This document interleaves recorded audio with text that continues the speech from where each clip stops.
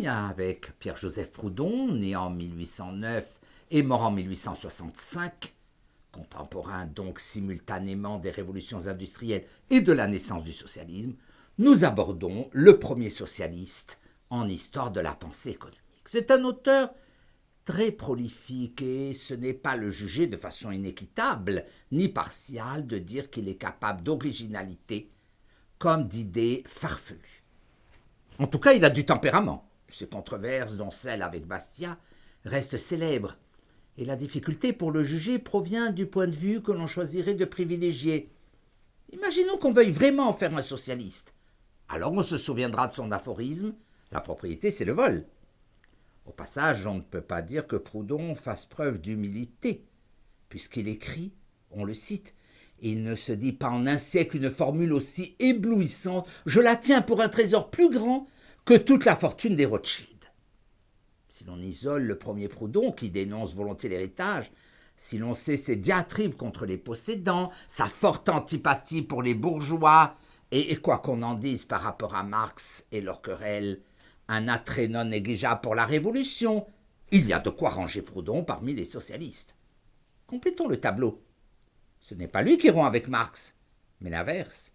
Proudhon envoie un exemplaire à Marx de son ouvrage « Philosophie de la misère ». Marx, qui n'avait que mépris pour Proudhon, lui rétorque dans un court essai « Misère de la philosophie » qui marque sa rupture avec Proudhon. Les deux hommes sont à jamais séparés à partir de 1846.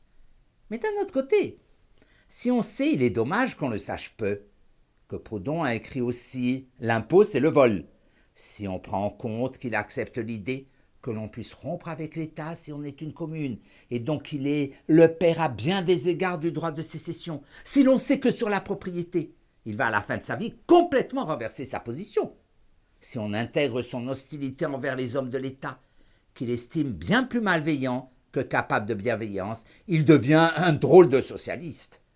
Une bonne façon de le discréditer, de le ranger dans les socialistes, vous le savez, utopistes. Et il y a bien du vrai.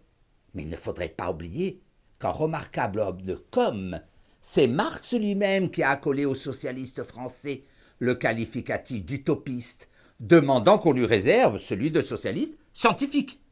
Évidemment, le statut du socialisme utopique est immédiatement discrédité, surtout si en face celui de Marx est un socialisme scientifique. Proudhon est aussi, on le sait, largement teinté d'anarchie, mais cette coloration ne l'amène pas à prôner la violence.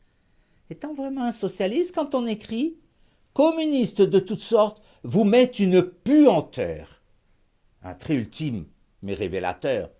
Dans un passage très célèbre, Proudhon se plaît à imaginer ce qui se passerait si les hommes de l'État se mettaient en tête de vouloir instruire et éduquer les enfants.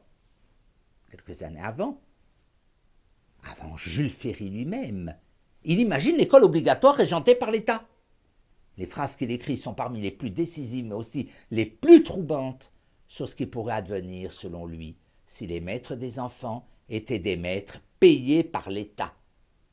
Au jeu des ancêtres, de notions contemporaines, on peut attribuer sans hésitation à Proudhon d'avoir été le premier à anticiper ce que serait le politiquement correct, et à comprendre que sous le nom de morale laïque ou d'instruction civique, il s'agirait de formater les individus. Et comme l'a dit la ministre actuelle de l'Éducation nationale elle-même, nous citons, l'école a pour premier rôle de former des citoyens. Proudhon, chose étonnante, a même peur que l'enfant échappe à la famille. Bref, nous avons essayé de montrer en quelques traits, résumant quelques axes d'une pensée riche et multiforme, que selon le point de vue duquel on se place, on pouvait faire de Proudhon un socialiste utopique ou un authentique libertaire. La conclusion logique s'impose alors.